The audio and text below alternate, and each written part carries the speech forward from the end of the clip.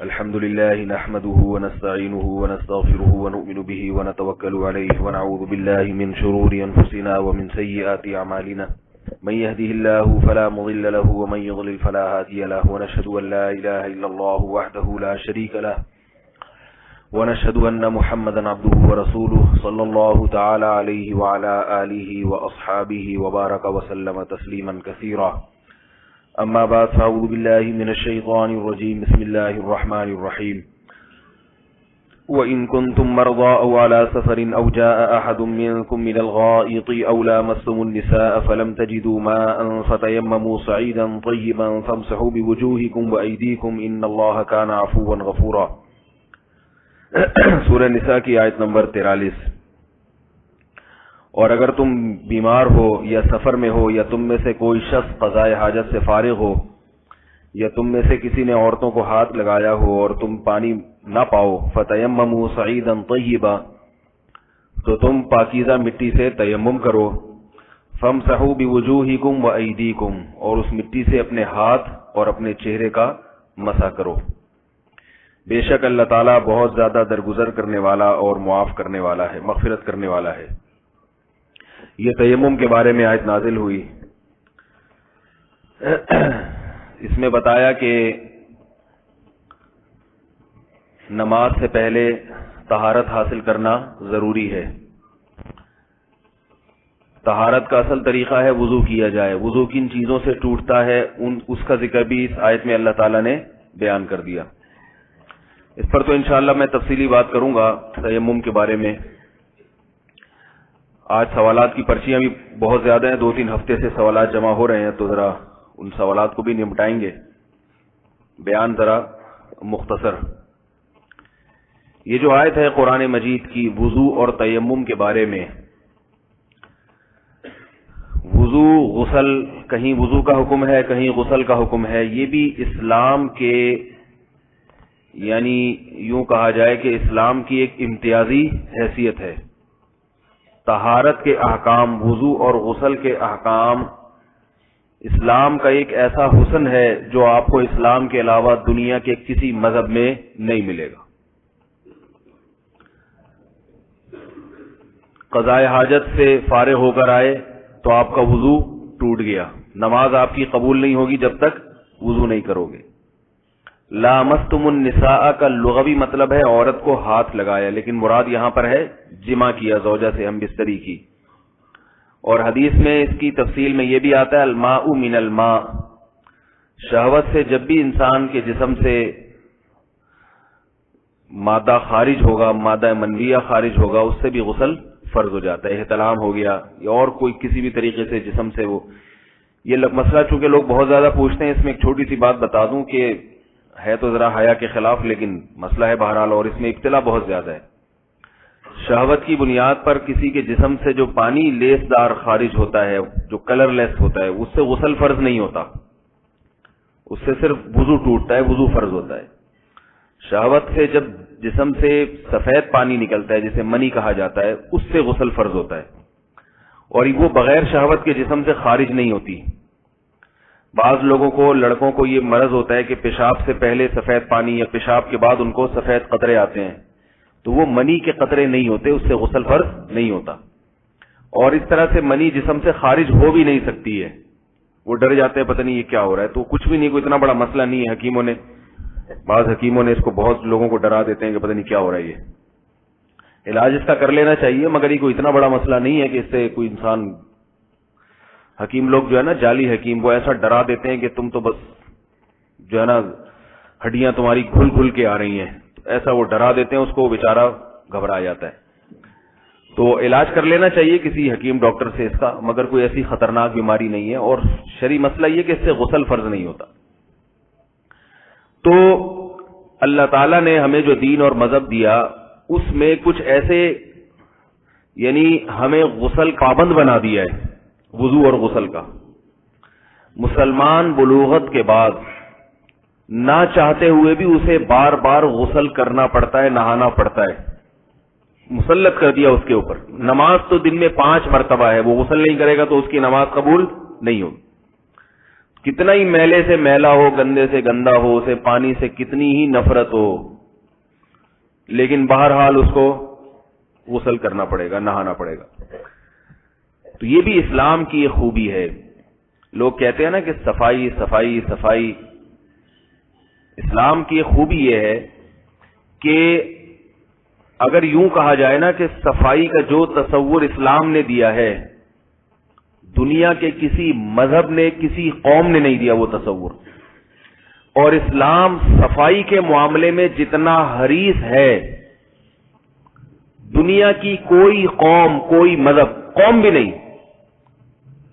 یعنی لوگ کہتے ہیں نا بعض قومیں بہت زیادہ صفائی پسند ہیں. اسلام نے جو صفائی کا، جو اسلام جتنا حساس ہے صفائی کے معاملے میں، دنیا کا کوئی مذہب اور کوئی قوم اتنی حساس نہیں ہے. آپ کہہ سکتے ہیں کہ اگر اتنا اسلام میں صفائی ستھرائی ہے تو مسلمان اتنے میلے کیوں ہوتے ہیں؟ سوال پیدا ہوتا ہے نا. جواب نہیں ہوتے. لگتے ہیں دیکھنے میں، ہوتے نہیں ہیں. نہیں آ رہی میرا خیال ہے. اب میں آپ کو بتاؤں گا کہ لگ کیوں رہے ہیں کیوں نہیں.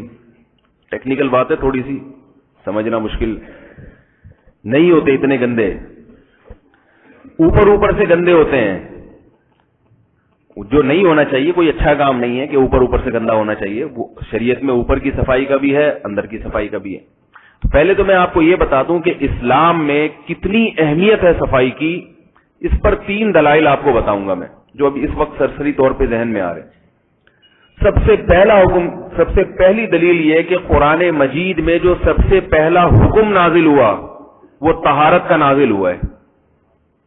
وَثِيَابَكَ فَطَهِّرْ، اقرأ بسم ربک الذی کی جو ابتدائی آیات ہے نا، علم الانسان ما لم یعلم، اس میں کوئی حکم نہیں ہے سوائے قرآن کی تلاوت کے کہ بھئی اقرأ، قرآن پڑھیں آپ. جو فقہی احکام نازل ہوئے ہیں، پھر سورہ مدثر نازل ہوئی ہے. یا ایھا المدثر قم فانذر وربک فکبر وثیابک فطہر. اپنے رب کی بڑائی بیان کریں اور اپنے کپڑوں کو پاک رکھیں. تو رب کی کبریائی بیان نماز کے ذریعے ہوتی ہے. تو نماز سے پہلے حکم کیا دیا جا رہا ہے؟ لباس کو پاک رکھنے کا. اور ظاہر ہے جب لباس کو پاک رکھنے کا حکم ہے تو جسم کو پاک رکھنے کا حکم لباس سے بھی زیادہ ہے.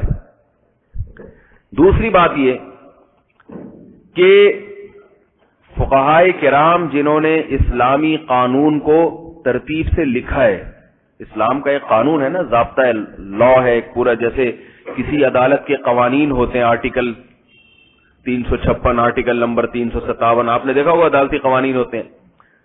تو اسلامی قوانین جو فقہائے کرام نے ترتیب سے وضع کر کے لکھے ہیں، تو ان قوانین میں تمام فقہ کی کتابوں میں، چاہے امام ابو حنیفہ کی کتابیں ہوں ان کے مذہب پر ہوں، یا شوافی کی ہوں، یا مالکیہ کی ہوں، یا حنابلہ کی ہوں، تمام کی تمام فقہ کی کتابیں کتاب الطہارہ سے شروع ہوتی ہیں. سب سے پہلے اسلامی احکام میں کیا سکھایا جاتا ہے؟ بولو بھائی، طہارت. کیوں؟ فقہا کو معلوم ہے کہ یہ اسلام کی بنیاد ہے، اگر یہ نہیں ہوگی تو آگے احکام پر عمل ہو ہی نہیں سکتا. اور اس سے بھی پتہ چلتا ہے کہ غیر مسلم جب اسلام قبول کرے، یا بچہ جب تھوڑا سا سیکھنے سمجھنے کی صلاحیت پیدا ہو، تو اسے کلمے کے بعد، کلمہ تو اس لیے تاکہ اس کو پتہ چل جائے کہ ہم مسلمان ہیں، کلمے کے بعد سب سے پہلے کیا سکھانا چاہیے؟ بولو بھائی، طہارت کے احکام، استنجا کا طریقہ، کپڑوں کو پاک رکھنے کا طریقہ، ہاتھ کو صاف رکھنے کا، دانتوں کو پاک اور صاف رکھنے کا طریقہ، یہ سب سے پہلے بچے کو سکھانا چاہیے. آ رہی ہے بات سمجھ میں کہ نہیں آ رہی؟ ہمارے ہاں یہ بڑے ہو جاتے ہیں، اس وقت تک نہیں سیکھتے. حالانکہ اپنے اولاد کو تربیت میں سب سے پہلے کیا سکھانا چاہیے؟ ABCD سے پہلے آپ ان کو کیا سکھائیں گے؟ طہارت کے احکام. کیسے سکھائیں گے وہ 2-4 میں بتا دوں. آپ کہیں گے کیا؟ ہم تو بتاتے ہیں بچے وضو کرو، دیکھو ایسے وضو ہوتا ہے، ایسے. یہ بچوں کو بتائیں کہ پانی ناپاک کیسے ہوتا ہے، اور کپڑا ناپاک ہو جائے تو پاک کیسے ہوتا ہے. اور بچوں کو بتانے کے لیے ضروری ہے کہ پہلے بڑوں کو بھی پتا ہو. سمجھ میں آ رہی ہے بات کہ نہیں آ رہی؟ تو اس کے لیے بہشتی زیور کتاب ہے، وہ پڑھا کریں. حضرت حکیم الامہ حضرت مولانا اشرف علی تھانوی رحمہ اللہ تعالی کی کتاب ہے بہشتی زیور. وہ ہر گھر میں موجود ہونی چاہیے.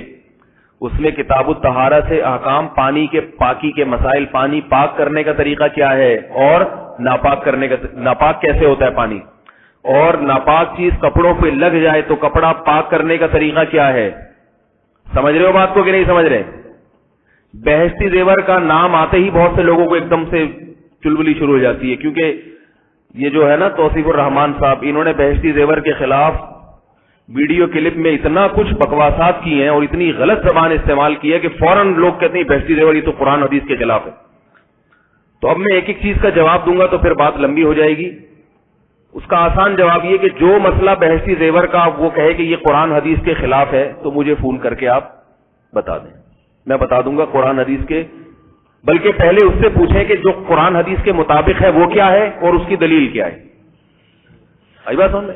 یہ والا مسئلہ اگر غلط ہے تو صحیح کیا ہے، صحیح مسئلہ کیا ہے اور اس کی دلیل کیا ہے. الٹے الٹے اعتراضات ہیں، بیکار قسم کی باتیں ہیں، فضول. بس ایک مشن بنایا ہوا ہے کہ کسی، یہ یاد رکھو دنیا کی کوئی کتاب بھی ایسی نہیں ہوتی جو غلطیوں سے مبرہ ہو. بہشتی زیور کی ہم آپ کو جب ترغیب دے رہے ہیں تو اس کا مطلب نہیں کہ بہشتی زیور اور قرآن میں کوئی فرق ہی نہیں ہے، بہشتی زیور میں کوئی غلطی ہو ہی نہیں سکتی، یہ مطلب نہیں ہے. لیکن وہ تو دنیا کی کوئی بھی کتاب ایسی نہیں ہے، پھر تو کسی بھی کتاب کو آپ نصاب میں شامل نہیں کر سکتے. ظاہر ہے کتابیں تو ہوتی ہیں، ان میں کہیں اگر کوئی غلطی آ جائے تو اس پہ علماء تنبیہ کر دیتے ہیں، حاشیے میں لکھ دیتے ہیں. جیسے بہشتی زیور میں لکھا ہے 15 شعبان کا روزہ سنت ہے، لیکن ہمارے اکابر علماء نے لکھا ہے کہ حاشیے میں کہ نہیں بھائی کسی صحیح حدیث سے ثابت نہیں ہے. تو ایسی چھوٹی موٹی غلطیاں دنیا کی ہر کتاب میں ہوتی ہیں. اب اس کا یہ مطلب نہیں ہوتا کہ آپ اس کتاب کو ہی گھر سے باہر اٹھا کے پھینک دیں. ایک صاحب مجھے کہنے لگے بہشتی زیور میں یہ مسئلہ غلط لکھا ہے تو آپ جو ہے نا نہیں پڑھیں. میں نے کہا پھر آپ کوئی ایسی کتاب لکھیں جس میں کوئی مسئلہ غلط نہ ہو.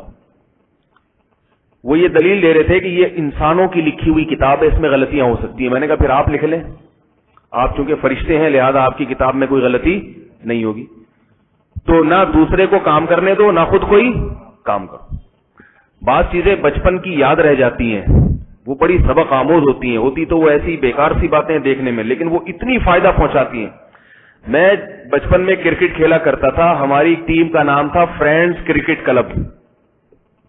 سب سے بیکار ترین ٹیم تھی، ٹھیک ہے نا، ہر میچ میں ہارتی تھی. ٹورنامنٹ کھیلتے تھے ہم لوگ، سارے اسکول کالج کے لڑکے تھے، کیونکہ بالکل بچے تھے. ہمارے مقابلے میں جو نیو وائٹ ٹیم تھی وہ سارے بڑے بڑے پرانے کھیڑو. تو ہم نے چونکہ ٹین ایجز لڑکے تھے، انہوں نے مل کے وہ ٹیم بنائی تھی، تو ظاہر ہے اس نے ہر میچ میں ہارنا ہی تھا. تو گروپ فوٹو بڑے پابندی سے بنواتے تھے. میں تو ذرا اجتناب کرتا تھا تصویر کی وجہ سے، لیکن بہرحال لڑکوں کو شوق ہوتا ہے نا، جیسے بلے بلے وہ شرٹ وٹ پہن کے تصویریں، جیسے پتہ نہیں پوری دنیا میں مستقبل میں انہوں نے ورلڈ کپ کھیلنا ہے. تو ہماری جو ٹیم کا نام تھا اس کا نام تھا فرینڈز کرکٹ کلب. تو میں نے ایک دفعہ اپنے کپتان سے اعتراض کیا کہ یہ نام مجھے پسند نہیں ہے، کوئی دوسرا نام ہونا چاہیے. دیکھو بات کتنی معمولی سی ہے، لیکن خدا کی قسم اس سے بڑے اسباق ملے مجھے. میں نے مشورہ ہوتا تھا ہمارا ہر ہفتے نا، ہارتے کیوں ہیں ہم، اس پہ مشورہ ہوتا تھا. ٹیشن بازیاں آپ کو پتا ہے نا، کھیلوں کی ٹیموں کی ٹیشن بازیاں بہت ہوتی ہیں. حالانکہ کھیل ہے، ہار گیا تو اگلی دفعہ جیت جاؤ گے، نہیں جیتے تو کیا ہو گیا، کون سا تمہیں کوئی یہاں پہ کوئی تم سے کوئی پیسے لے رہا ہے ہارنے کے. تو لیکن وہ ٹیم کی آج میٹنگ ہے، چائے اور اس میں بسکٹ کا انتظام تھا، کیپٹن صاحب بیٹھے ہوئے ہیں. تو جناب ٹیم کی ہار پر تبصرے ہو رہے ہیں کہ کیوں ہاری، تاکہ اگلی دفعہ میں ہم اس سے اچھی پرفارمنس کا مظاہرہ کریں. بیکار باتیں، وقت ضائع کرنے والی. بیٹھے ہوئے ہیں، چائے بسکٹ سموسے وموسے کا، تاکہ لگے کہ بھائی کوئی میٹنگ ہے، ایسا نہ ہو کہ خام خام میں بیٹھ کے گٹکا کھا رہے ہیں وہاں بیٹھ کے. تو یہ صرف شو بازیاں ہی ہیں. کرکٹ کی جتنی ٹیمیں ہیں نا، ان کے تبصرے صرف شو بازی ہیں، ان کی حقیقت کچھ بھی نہیں ہے.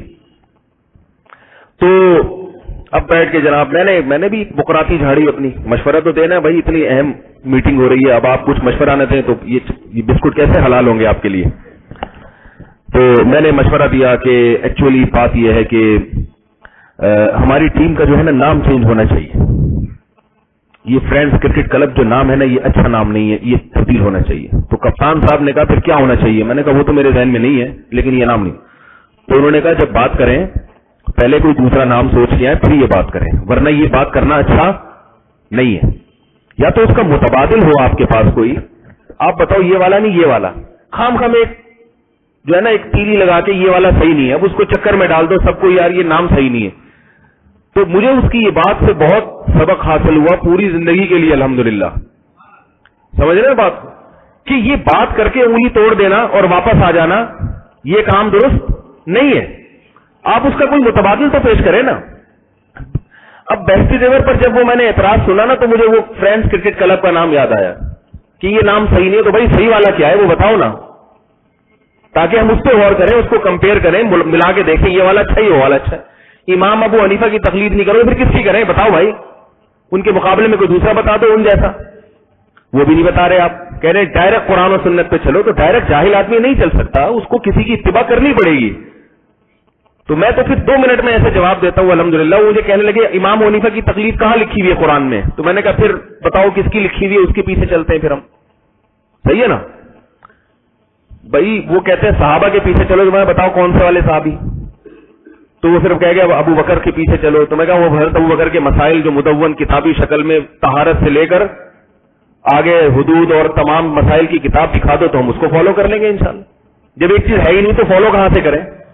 یہ بالکل ایسے ہی ہے جیسے حضرت ابو بکر کی حضرت ابو ہریرہ نے جو حدیث کا ایک نسخہ لکھا تھا نا، اس کو کیوں فالو نہیں کرتے آپ؟ امام بخاری کو کیوں فالو کرتے ہو؟ بھائی امام بخاری کی جو بخاری ہے ان کی جو کتاب ہے وہ موجود ہے، حضرت ابو ہریرہ نے جو لکھا تھا وہ موجود نہیں ہے. ظاہر ہے اسی سے بخاری وضع کی گئی ہے نا، انہی کو حدیثوں کو لے کر. ایک چیز جو مرتب ہمارے پاس موجود ہے تو چلا تو اس کے پیچھے جاتا ہے جو موجود ہو، اور یہ ظاہر ہے وہیں سے اخذ کیے گئے یہ ہے کام. تو وہ فوراً جو ہے نا بہستی زیور کا یہ مسئلہ غلط ہے. میں نے کہا پھر صحیح کیا ہے وہ والا بتا دیں، اس کی دلیل بتا دیں. بات کہاں سے کہاں نکلتی ہے تو سمیٹنا چاہتا ہوں، لیکن نکلتی ہے نا تو نکلتی چلی جاتی ہے. ایک جماعت المسلمین والے نے مجھ پر اعتراض کیا کہ بہستی زیور میں کتنا گندا چھی ایسا گندا مسئلہ لکھا ہوا ہے، چھی بتاتے ہوئے بھی شرم آج مجھے یوں کہہ رہے. میں نے کہا کیا مسئلہ؟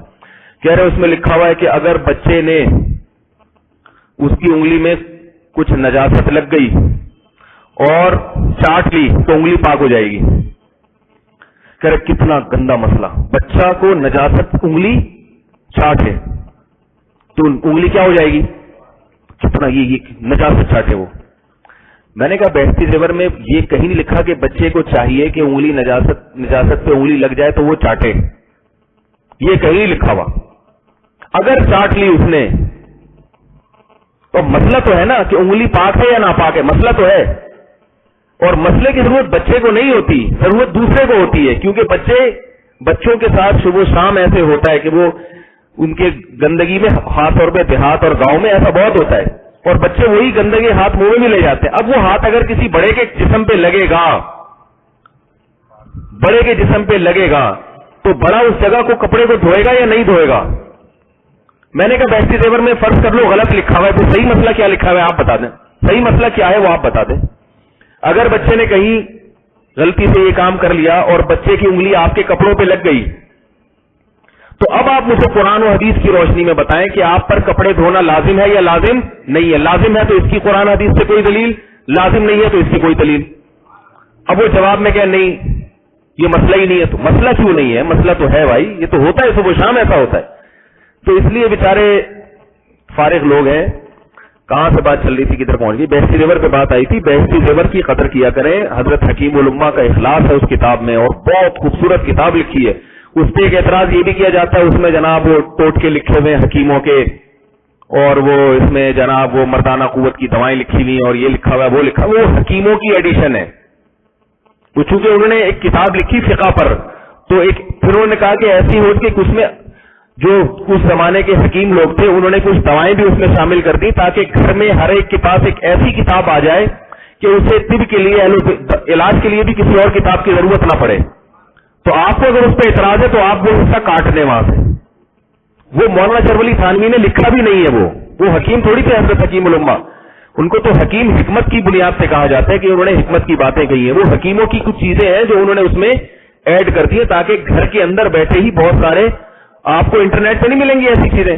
انٹرنیٹ پہ دینی ویب سائٹ ہے، اس میں اشتہار بھی آ رہے ہوتے ہیں مختلف لوگوں کے، اور اس میں دوائیں بھی آ رہی ہوتی ہیں، نسخے بھی آ رہے ہوتے ہیں. اب اس کا یہ مطلب تو نہیں ہے کہ یہ عالم کے مسئلے ہی غلط ہیں. تو بہستی زیور جو اصل ہے جو حضرت حکیم الامہ کی ہے وہ مسائل کی کتاب ہے، اس میں مسائل پڑھا کریں. اگر کوئی بات سمجھ میں نہیں آئے تو علماء سے پوچھ لیں. تو میرے سامنے تو کئی لوگ اس قسم کے آ چکے ہیں. ایک صاحب تھے وہ مجھے آگے کہنے لگے, میں نے ان کو کہا کہ بہشتی زیور گھر میں رکھیں, یہ چھوٹے موٹے مسائل وہیں سے دیکھ لیا کریں. تو تم ایسے اچھلیں جیسے کوئی کرنٹ سے جھٹکا لگاؤ ان کو کہ ارے وہ کتاب پڑھوں گا میں, وہ تو اول تا آخر غلط ہے, سب جہالت پر مبنی ہے. تو میں نے کہا اچھا, تو میں نے کہا کون سا مسئلہ غلط ہے؟ کہہ رہے سارے ہی غلط ہیں. میں نے کہا کوئی ایک اگر پتہ چل جائے. تو پھر انہوں نے اسی قسم کا کوئی مسئلہ بتایا جو شرم و حیا کے خلاف تھا. غسل فرض ہو جاتا ہے, اس طرح کرنے سے بھی فرض ہو جاتا ہے, اس طرح سے بھی فرض ہو جاتا ہے. کچھ شرم و حیا کے ذرا کرے یہ گند لکھا ہوا ہے اس میں معاذ اللہ ایسے. میں نے کہا یہ مسئلہ تو حدیث میں آتا ہے, یہ تو اللہ کے رسول صلی اللہ علیہ وسلم نے صحیح بخاری کی حدیث میں بیان کی ہے. تو کیا معاذ اللہ حدیثوں میں بھی معاذ اللہ نقل کفر کوئی بہتا یا فحش پاتے ہیں؟ یہ تو حدیث میں اللہ کے نبی نے بیان کیا ہے, اس کی تھوڑی آگے تفصیل کر دی انہوں نے. تو مسئلہ تو ہے نا, چاہے وہ بےہودہ ہو یا حیا والا ہو. آپ جب حکیم کے پاس علاج کے لیے جاتے ہیں تو سارے اپنی وہ بیماریاں رکھتے ہیں جو بڑی مہذب بیماریاں ہیں, یا وہ بیماریاں بھی بیان کر دیتے ہیں جو عام لوگوں کے سامنے بیان کرتے ہوئے آپ کو شرم آتی ہے, وہ بھی تو بیان کرتا ہے نا حکیم کے سامنے. اب حکیم کہے چلو بھاگو یار, شرم نہیں آتی, گندا آدمی ایسی گندی گندی باتیں میرے سامنے بیٹھ کے کر رہا ہے. تو آپ بولیں گے آپ حکیم کس بات کے ہو؟ آپ کو تو معاشرے میں جو بھی برائی ہے, جو بھی بیماری ہے, چاہے وہ ایڈز کی بیماری ہو یا اور کوئی گندی بیماری ہو, کوئی بھی ہے, آپ حکیم کس بات؟ آپ تو لوگوں کا علاج کریں, آپ بھگائیں گے تھوڑی. تو فقہا نے بھی وہ مسائل جو شرم و حیا کے خلاف ہیں وہ مسائل بھی کتابوں میں بیان کیے, کیونکہ اگر سے وہ شرم و حیا کے خلاف ہیں مگر لوگ بہرحال ان میں مبتلا ہیں. ایک مسئلہ بیان کر کے بس آگے چلتا ہوں. دیکھو رسول اللہ صلی اللہ علیہ وسلم نے فرمایا کہ اللہ حق بات کو بیان کرنے سے حیا نہیں فرماتے. اس کے بعد آپ نے فرمایا, حدیث کا مفہوم بیان کر رہا ہوں, کہ اللہ اس شخص پر لعنت بھیجے گا قیامت کے دن, اس کی طرف دیکھے گا بھی نہیں جو اپنی زوجہ سے دوسرے راستے سے ہم بستری کرے. اب یہ ہے تو حیا کے خلاف, مگر بیان اسی لیے کیا نا کہ یہ ممکن ہے, یہ گندگی ہو سکتی ہے. اب کوئی کہے کہ بھئی اتنی حیا کے خلاف بات کر دی, کیسی بات ہے؟ تو اس کا مطلب کیا ہے کہ آپ اس بات کو تو برداشت نہیں کر رہے, اس عمل کو برداشت کر رہے ہیں. آپ یہ تو چاہ رہے ہیں لوگ یہ برائی کرتے رہیں, مگر کوئی اس برائی کے خلاف بولے آپ یہ برداشت نہیں کر رہے, یہ ایسی بات ہو جائے گی. تو بہشتی زیور میں بھی ایسی چیزیں لکھی ہوئی ہیں, وہ لیکن وہ حکیم الامہ کی نہیں ہے, وہ تو حکیموں اور طبیبوں کی ہیں. آپ چاہیں تو اس کو نکال دیں وہاں سے. ابھی جامعۃ الرشید والوں نے بہشتی زیور کو آسان کر کے چھاپا ہے, کیونکہ بہشتی زیور کی عبارت تھی ذرا مغلق مشکل, تو جامعۃ الرشید والوں نے اس کو ذرا آسان عبارت سہل کی, اس پہ حاشیہ بھی چڑھا دیا. اس میں اگر کوئی بات ایسی تھی جس پر ان کو اشکالات تھے تو وہ بھی مسئلہ بھی نیچے ذکر کر دیا ہے. تو یہ کتاب گھر میں رکھا کریں تاکہ ہمارا بوجھ بھی تھوڑا ہلکا ہو. روزانہ اتنے مسائل 150-200 واٹس ایپ پہ آ رہے ہیں, اس میں چھوٹے چھوٹے سے مسائل, وہ پیشاب کا قطرہ نکل گیا تھا, مجھے شبہ ہوا, وضو ٹوٹا ہے کہ نہیں ٹوٹا, ہاں بھائی ٹوٹ گیا, پھر وہ یہ ہو گیا تھا, پھر یوں ہو گیا تھا, وہ سارا دن چھوٹے موٹے. بھائی یہ ایک ایک چیز آپ کو کیسے, یعنی انسان کو پہلے آپ لوگ کوئی کتاب پڑھ لو تو تاکہ موٹی موٹی باتوں کا علم خود بخود گھر بیٹھے آ جائے. اس کے بعد پھر کوئی چیز سمجھ میں نہیں آ رہی تو مولانا صاحب کو فون کر دیا, آپ مولانا صاحب یہ ہو گیا. اب بالکل بھی علم نہیں ہے, لوگ یہاں تک پوچھ رہے ہوتے ہیں وہ میں نے جناب نماز میں یہ والی سورت 3 دفعہ پڑھ لی تو سجدہ صاحب واجب تو نہیں ہے. اب سجدہ صاحب تو ہر آدمی کی ہر نماز میں کوئی نہ کوئی امکان تو ہے. ایسے چھوٹے چھوٹے مسائل آپ صبح و شام مولانا صاحب کو فون کر کے پوچھتے رہیں گے. وہ تو بیچارہ وہ بوتل کا جن تھا نا, بوتل کا جن, ایک آدمی تھا اسے کہیں بوتل کا جن مل گیا, وہ چراغ سے جن آ جاتا, اس کے ہاتھ میں وہ بوتل لگ گئی, اس نے چراغ وہ جن آ گیا, وہ کیا حکم ہے میرے آقا. یہ آدمی تھا بیچارہ کسی غریب خاندان کا, اس کو نہیں پتا تھا کہ جن سے اتنے بڑے بڑے پروجیکٹ بھی تیار کروائے جا سکتے ہیں. اس کی تو ایکٹیویٹیز یہی تھی کہ برتن دھونے والے کوئی ہو, میری بیوی کے کام زیادہ ہے, وہ بیچاری برتن نہیں دھو سکتی, اور گھر میں پوچھا لگانے والا کوئی نہیں ہے. جن آیا, اس نے کہا کیا حکم ہے میرے آقا. جن نے کہا, اس نے کہا ذرا برتن دھو دو. اس نے کہا آقا یہ کام تو کوئی بھی کر سکتا ہے, آپ مجھے بتائیں K2 پہاڑی کو کہاں سے کہاں لے کے جانا ہے, ماؤنٹ ایورسٹ کو کدھر کو گھمانا ہے, یہ ساری بڑے بڑے کام لے مجھ سے, میں جن ہوں. اس نے کہا بھائی میرے تو بڑے کام یہی ہیں, مجھے کیا K2 پہاڑی دائیں سے بائیں ہو جائے. اور مجھے اس سے کیا غرض کہ حکومتوں کے تختے الٹ جائیں. اگر حکومت الٹ بھی گئی تو دوسری آ جائے گی, مجھے تھوڑی کوئی بادشاہ بنائے گا, اور میں بادشاہ بن بھی گیا تو میں کیا کروں گا. تو میرا تو یہی مسئلہ ہے, میرے گھر کے برتن دھل جائیں, بچوں کی اسکول کی فیسیں ادا ہو جائیں, بچوں کو کوئی لانے جانے والا بن جائے.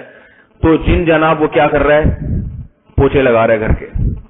وہ جو اتنا کچھ کر سکتا ہے, پہاڑ کو اٹھا کے یہاں سے وہاں, وہ پوچھے لگا رہا ہے. تو تھوڑے دنوں میں کیا ہوا, اس جن میں جن والی صلاحیتیں ہی ختم ہو گئیں. جن والی صلاحیتیں ختم. تو جب اس آدمی کا انتقال ہوا نا, تو اس جن نے کسی ہوٹل میں ملازمت شروع کر دی بیرے کی. ٹھیک ہے, اس کا دوسرا جن آیا, اس نے بولا یار یہ تو یہاں کیا لوگوں کو چائے پلا رہا ہے اور ہوٹل صاف کر رہا ہے. کہہ رہے اب میں پہاڑوں کو دائیں بائیں کر ہی نہیں سکتا. تو اب ہم سارا دن لوگوں کو یہ بتاتے رہے پیشاب کا قطرہ نکل جائے وضو کریں اور شلوار ایسے پاک کریں, یہی ہوتا ہے سارا دن. حضرت وہ ایک قطرہ نکلا ہے, شلوار پاک کرنا ضروری ہے یا نہیں, اور پاک کرنے کا طریقہ بیان کر دیں. اب میں اسے بتا رہا ہوں, اگر وہ 8 آنے کے برابر ہے تو پاک کریں, اگر 8 آنے سے کم ہے, پھر وہ وہمی اس میں زیادہ ہوتے ہیں. حضرت پتہ نہیں چل رہا صحیح طرح سے 8 آنے کے برابر ہے یا کم ہے, اور وہ جگہ بھی بھول گیا ہوں. پھر اس کو جواب دیا جا رہا ہے کہ آپ شلوار کو بغل میں, اچھا کہہ رہے ہیں وہ شلوار اگر میں وہ تو چھینٹیں پڑیں گی, وہ تو پھر شلوار, تو بھائی شلوار کو ایسا کریں بغل میں دبا کے کھڑے ہو جائیں, اور جہاں وہ گندگی لگی ہے اس کو چلو بنا کے نلکے کے نیچے رکھیں اور مس لیں.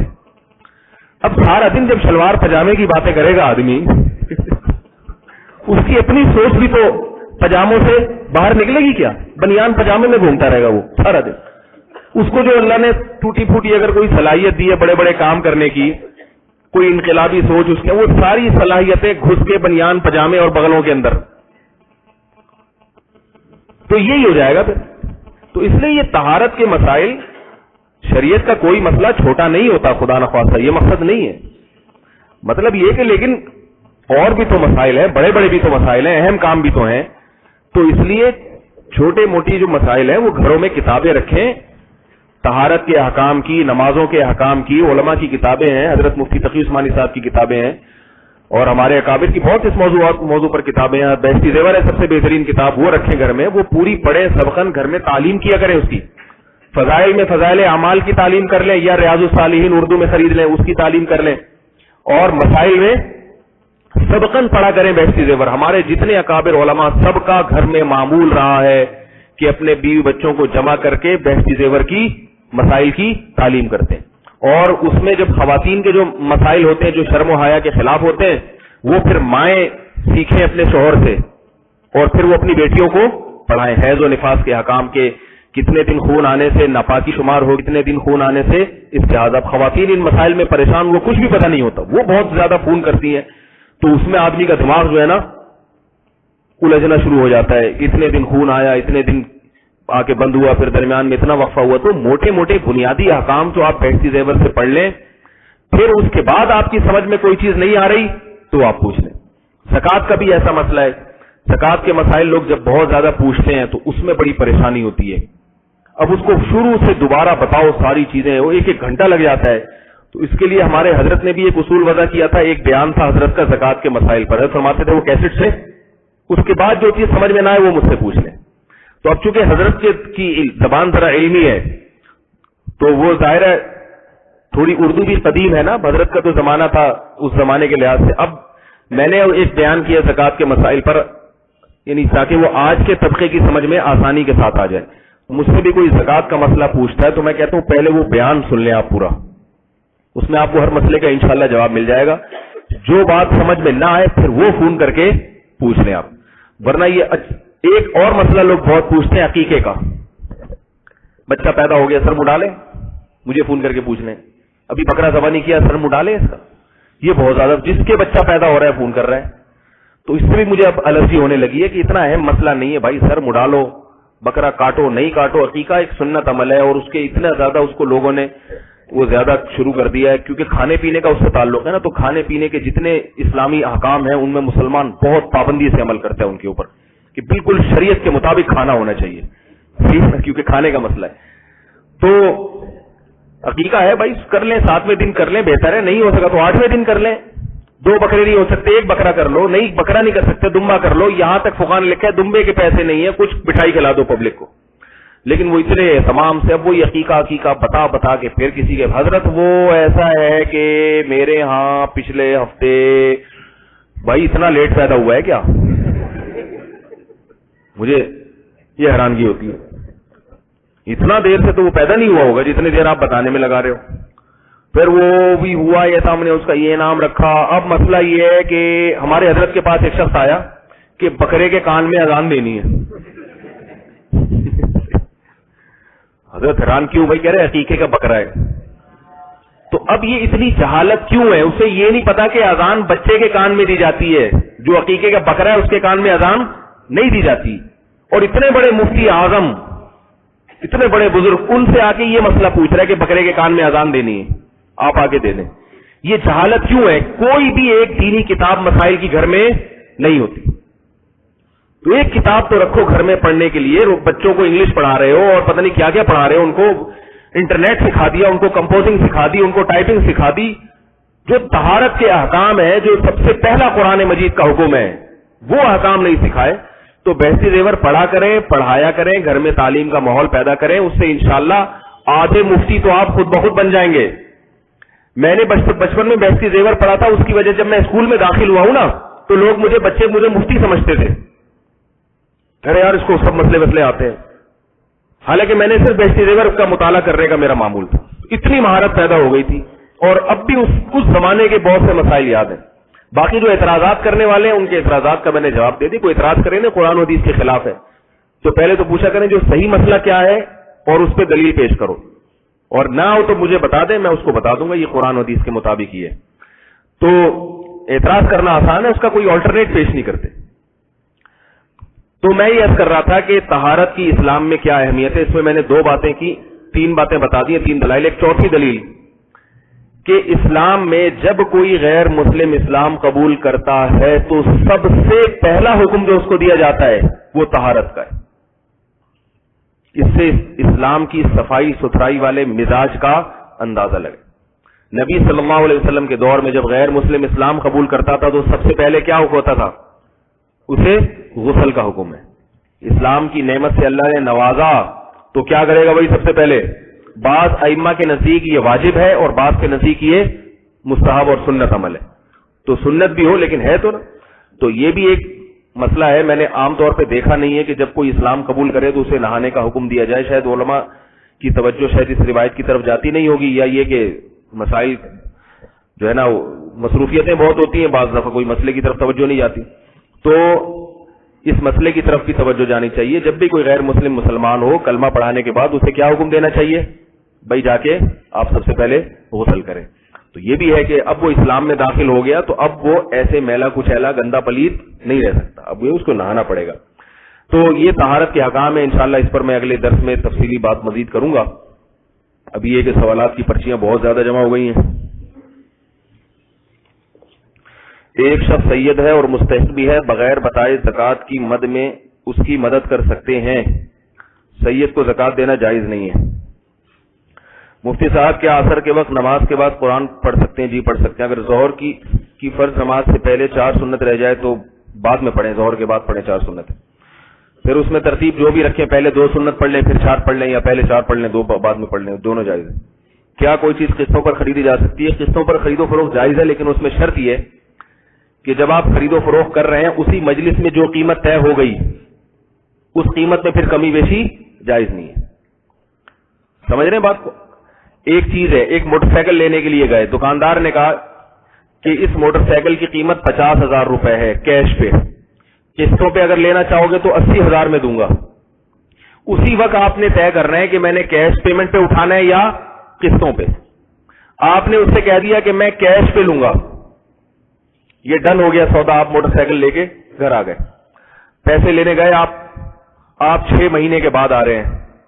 وہ کہہ رہے تم نے بات تو کیش کی تھی مگر تم پیمنٹ لیٹ کر رہے ہو، لہذا میں قسطوں والی پیمنٹ لوں گا. یہ جائز نہیں. اب جب 50 طے ہو گئے، آپ اس وقت پیمنٹ کریں یا نہیں کریں، دینے آپ کو کتنے ہیں اس میں اضافہ نہیں ہو سکتا.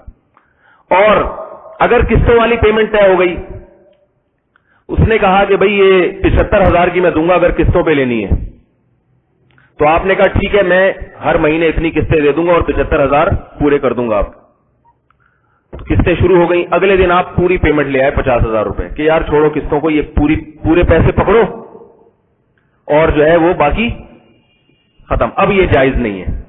آئی بات سمجھ میں؟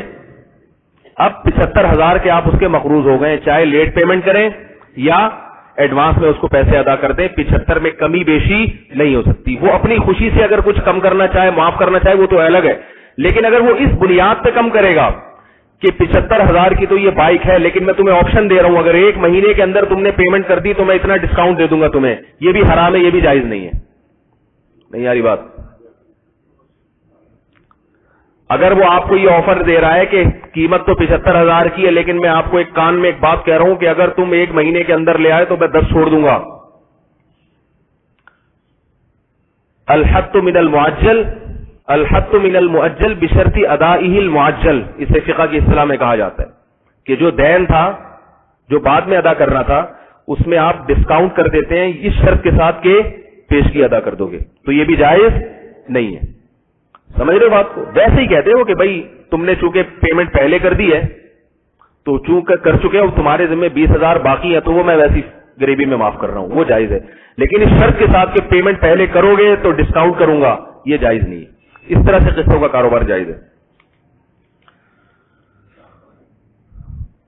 بالغ ہونے کے بعد اکثر چھوٹے پیشاب کرنے کے بعد ناپاکی کا خطرہ آتا ہے تو میں اس میں سے کپڑوں کو بچانے کے لیے پٹی استعمال کرتا ہوں، تو کیا اس سے نماز ہو جائے گی؟ یہ قطروں کا مسئلہ جو ہے نا اچھی طرح سے سن لیں، پھر بھائی اس کو وہ کہاں گئے، اس کو ریکارڈ کر کے نا تیار کر لیں تاکہ یہ معذور اور قطروں کے احکام سارے ایک ہی دفعہ میں پھر ان کو وہی کلپ دے دیا کریں، ورنہ وہی شلوار پاجامہ اور بنیان وہی کرتا اسی میں لگا رہوں گا میں. ابھی دیکھو آ گیا نا دوبارہ ایک مسئلہ. عام طور پر لوگوں کو یہ بیماری ہے، پیشاب کے بعد قطرے آتے ہیں، یہ ایک کامن سی ایک بیماری ہو گئی ہے. جس کو بھی یہ بیماری ہو نا کہ پیشاب کے بعد بھی اس کو دیر تک قطرے آتے رہتے ہوں، تو اس کا طریقہ یہ ہے کہ وہ نماز سے آدھا گھنٹہ پہلے پیشاب کر لیا کرے. سمجھ رہے ہو؟ تاکہ جتنے قطرے آنے ہیں آدھا گھنٹے میں آ کے، پورا دن تو کسی کو بھی نہیں آتے نا، ورنہ تو مر جائے گا. نہیں مرے گا؟ مر جائے گا. میرا تو یہی خیال ہے. زیادہ زیادہ 15 منٹ آئے گا، 20 منٹ آئے گا، بہت زیادہ آدھا گھنٹہ آئے گا. تو جس کو یہ بیماری ہو پیشاب کے بعد وہ نہیں یعنی قطرہ بند ہوتا تو وہ پیشاب کرے، اس کے بعد آدھے گھنٹے تک وضو نہ کرے. آدھے گھنٹے کے بعد اب اگر پیشاب کا قطرہ اتنا نکلا ہے کہ 1 درہم، جو یہ ہماری ہتھیلی کی گہرائی ہے نا، ہتھیلی میں جب آپ پانی لیتے ہیں نا تو جتنی جگہ وہ پانی گھیرتا ہے اتنی مقدار تک اگر کپڑا ناپاک ہو جائے تو وہ معاف ہے. اس سے بعد لوگ اعتراض کرتے ہیں اس کی دلیل کیا ہے، وہ بھی دلیل کا موقع نہیں، پھر کبھی بتا دوں گا انشاءاللہ. صحیح ہے نا؟ تو اتنی مقدار اگر کسی کے، جس کو آج کل 5 روپے کا جو سکہ ہے، اتنی مقدار اگر کپڑے پہ ناپاکی لگ جائے تو وہ کیا ہے؟ معاف ہے. تو اگر آپ کا غالب گمان یہ ہے کہ شلوار اس سے کم میں ناپاک ہوئی ہے، یہ آپ کا غالب گمان ہوگا، یہ مجھے فون کرنے کی ضرورت نہیں ہے خدا کے واسطہ کہ حضرت سمجھ میں ہی نہیں آ رہا میں کیا کروں. بھائی آپ جو سمجھ میں آ رہا ہے آپ اس پہ عمل کرو. آپ کا اگر غالب گمان ہے کہ شلوار اتنی ناپاک ہو چکی ہے، شلوار یا انڈر ویئر اتنا ناپاک ہو چکا ہے تو اس کو دھونا واجب ہے، دھوئے بغیر نماز نہیں ہوگی. اور اگر آپ کا غالب گمان ہے کہ نہیں اتنا ناپاک نہیں ہوا بلکہ اس سے کم ہے، تو شلوار کو دھونا واجب نہیں ہے، بہتر ہے کہ دھو لیں. بہتر کیا ہے؟ دھو لیں. اگر بالکل درمیان میں 50% ادھر کے اتنی ناپاک ہو گئی ہے، 50% ادھر کے ناپاک نہیں ہوئی، سمجھ میں نہیں آ رہا، تو اس کا مطلب ہے ناپاک نہیں ہوئی، کیونکہ کپڑے میں اصل طہارت ہے. جب غالب گمان ہو جائے نا کہ اتنا ناپاک ہو گیا ہے کپڑا، پیشاب کے قطرے اتنے نکلے کہ اتنے پھیل گئے ہوں گے وہ، تو پھر وہ شلوار یا جو بھی ہے وہ کپڑا ناپاک ہو جائے گا، اس کو دھونا واجب ہے. اور اس سے کم ہو تو واجب نہیں ہے، بہتر ہے. اب دوسرا مسئلہ یہ کھڑا ہوتا ہے دھونا تو واجب ہے لیکن وہ نشان نظر تو نہیں آتا نا. اب اس چکر میں وہمی لوگ پوری شلوار دھوتے ہیں بیٹھ کے. تو یاد رکھو یہاں شریعت نے یہ آسانی دی ہے کہ آپ شلوار کا پلو پکڑیں یا شلوار کو یا پینٹ یا جو بھی چیز ہے، اندازہ لگائیں کہ کہاں لگا ہوگا، اندازہ لگائیں کہ اس میں پیشاب کا قطرہ کہاں لگا ہوگا، اندازہ. تو اندازے سے اتنی جگہ دھوتے ہیں تو شرعاً آپ کی آپ کا لباس پاک سمجھا جائے گا. فقہاء نے لکھا ہے کہ آپ کے شلوار کے 2 پائنچوں میں سے ایک پائنچے پر گندگی لگ گئی, گھر آ کے آپ بھول گئے کہ رائٹ سائڈ پہ لگی تھی یا لیفٹ پہ لگی تھی, ناپاک جو میرا پائنچا ہوا تھا وہ دائیں والا ہوا تھا یا رائٹ والا یا لیفٹ والا, آپ کو پتہ نہیں چل رہا, تو اندازے سے کوئی ایک دھو دے دوسرا خود بہت پاک سمجھا جائے گا. نہیں آ رہی بات میرا خیال ہے, دونوں پائنچے دھونا ضروری نہیں ہے. تو یہاں بھی اندازہ لگائیں, یہاں اس جگہ کو دھو دیں آپ اور بے فکر ہو جائیں کہ اللہ اب نماز قبول کر لے گا. شیطان تو کہے گا ہو سکتا ہے یہاں نہیں وہاں لگاؤ, تو شیطان کو یہ سمجھائیں جب اللہ اسی طرح نماز قبول کر رہا ہے تو تیرے پیٹ میں مروڑ کیوں ہو رہا ہے؟ پھر کیا خیال ہے؟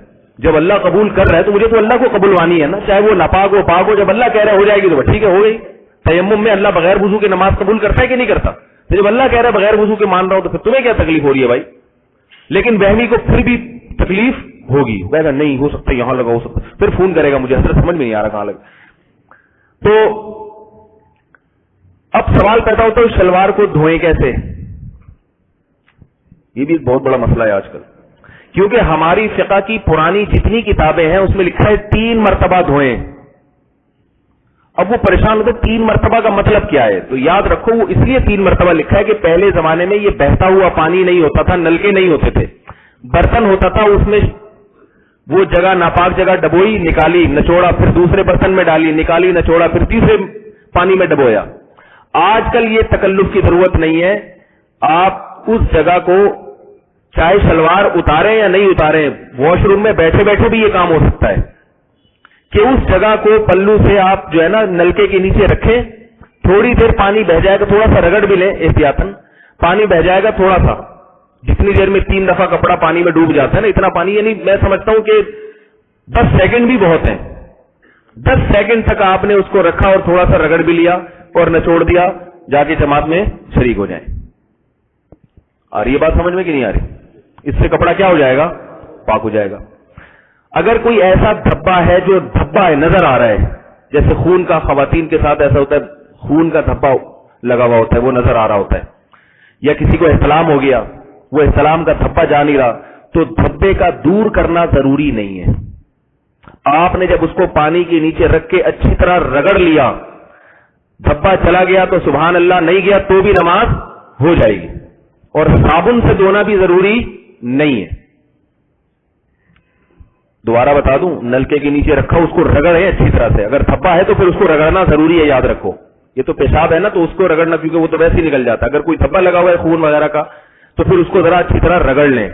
رگڑنے کے بعد دیکھ لیا کہ اپنی کوشش کر لی دھبا دور کرنے کی, دور ہو گیا ٹھیک ہے, نہیں ہوا تو بھی نماز ہو جائے گی, کیونکہ دھبا پھر جو ہے نا بعض دھبے بہت زیادہ رگڑنا پڑتا ہے اس میں, وہ دھبے پھر دور نہیں ہوتے.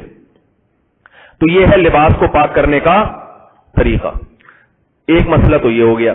دوسرا مسئلہ یہ ہے کہ کوشش یہ کیا کریں کہ جیب میں ٹیشو پیپر رکھا کریں تاکہ لباس اتنا ناپاک ہونے کی نوبت نہ آئے. کیونکہ جب آپ پانی سے استنجا کر کے کھڑے ہوں گے, اگر پیشاب کا قطرہ نکل گیا تو وہ پانی لگ سے نہ پھیل جاتا ہے, پھر وہ تو ٹیشو پیپر سے اگر آپ جگہ کو خشک کر لیں تو اس کا فائدہ یہ ہوتا ہے اگر بعد میں قطرہ نکلے گا بھی تو وہ پھیلے گا نہیں زیادہ, کیونکہ جب پانی ہوگا نا وہاں پہ تو وہ جگہ زیادہ پھیل جاتی ہے. تو ٹیشو پیپر کا یہ فائدہ ہوتا ہے, وہ رکھنا چاہیے جیب میں.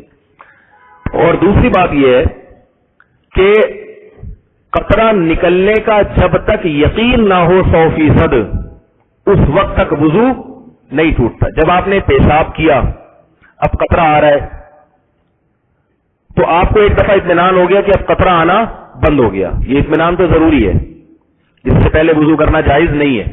لیکن جب آپ کو اطمینان ہو گیا بھائی تسلی اب نہیں آ رہا, تو اب آپ وضو کرنے کے بعد دوبارہ شلوار کو جھانکنے کی کوشش نہ کریں. شروع میں تو پیشاب کیا نا, اس میں تو امکان ہے کہ بھائی خطرے آتے رہیں گے, تو وہ تو ٹھیک ہے, اس میں تو تسلی کرنے کا آنا بند ہو گیا ہے. جب آپ کو ایک دفعہ تسلی ہو گئی, آپ نے دیکھ لیا کہ بھائی اب کوئی تری جسم سے خارج نہیں ہو رہی ہے, تسلی ہو گئی, اب اس کے بعد آپ وضو کریں. اب یہ نہ دیکھیں کہ کیا ہو رہا ہے کیا نہیں ہو رہا. اب آپ کا وضو اس وقت ٹوٹے گا جب آپ کو قطرہ نکلنے کا اتنا یقین ہو جائے کہ آپ قسم اٹھا کے کہہ سکیں کہ میرے جسم سے پیشاب کا قطرہ خارج ہوا ہے. اس سے پہلے آپ کو کپڑا چیک کرنے کی بھی ضرورت نہیں, کیونکہ اتنے وہمی ہو جاتے ہیں. ایک صاحب نے خط لکھا کہ میں روزانہ صبح اٹھ کے اپنی شلوار چیک کرتا ہوں, کہ کچھ نکلا تو نہیں ہے روشنی میں جا کے لائٹ کے سامنے. تو میں نے اسے جواب لکھا, میں نے کہا روزانہ صبح اٹھ کے شلوار کا بغور مطالعہ کرنا یہ گھٹیا حرکت ہے. قرآن پڑھو, ماں باپ سے سر پہ ہاتھ رکھواؤ, سو کے اٹھنے کی دعا پڑھو, مسواک کرو, تہجد پڑھو, فجر کی نماز, یہ اچھے کام ہے. اٹھتے ہی لائٹ میں شلوار لے کے کھڑا ہوا ہے بھائی, صبح اٹھتے کیا کر رہا ہے, شلوار لے کے کھڑا ہوا, کچھ لگا ہوا تو نہیں ہے. چھوڑو بھائی, اتنا نہیں ہے, ایسا نہیں ہے. آپ کو یقین ہے 100% تو ٹھیک ہے, نہیں ہے تو اصل طہارت ہے. پھر سمجھ رہے بات کو. تو قطرے کا نکلنے کا, جب تک 100% قطرہ نکلنے کا یقین نہ ہو, آپ کیا سمجھے جائیں گے, پاک. وسوسہ نہ کریں کہ شاید ہوا نکل گئی ہو, شاید کچھ نہیں, شاید ویسے کچھ نہیں ہوتا. اگر نکل گئی ہے اور آپ یعنی محسوس ہوا کچھ, تو محسوس ہونے سے بھی نہیں, اتنا یقین ہو کہ آپ کوئی آپ سے پوچھے تو آپ حلفیہ بیان دے سکے قسم اٹھا کے. بعض لوگ کہتے ہیں ہمیں یہ سمجھ میں نہیں آ رہا تھا, ہم قسم اٹھا سکتے ہیں کہ نہیں اٹھا سکتے.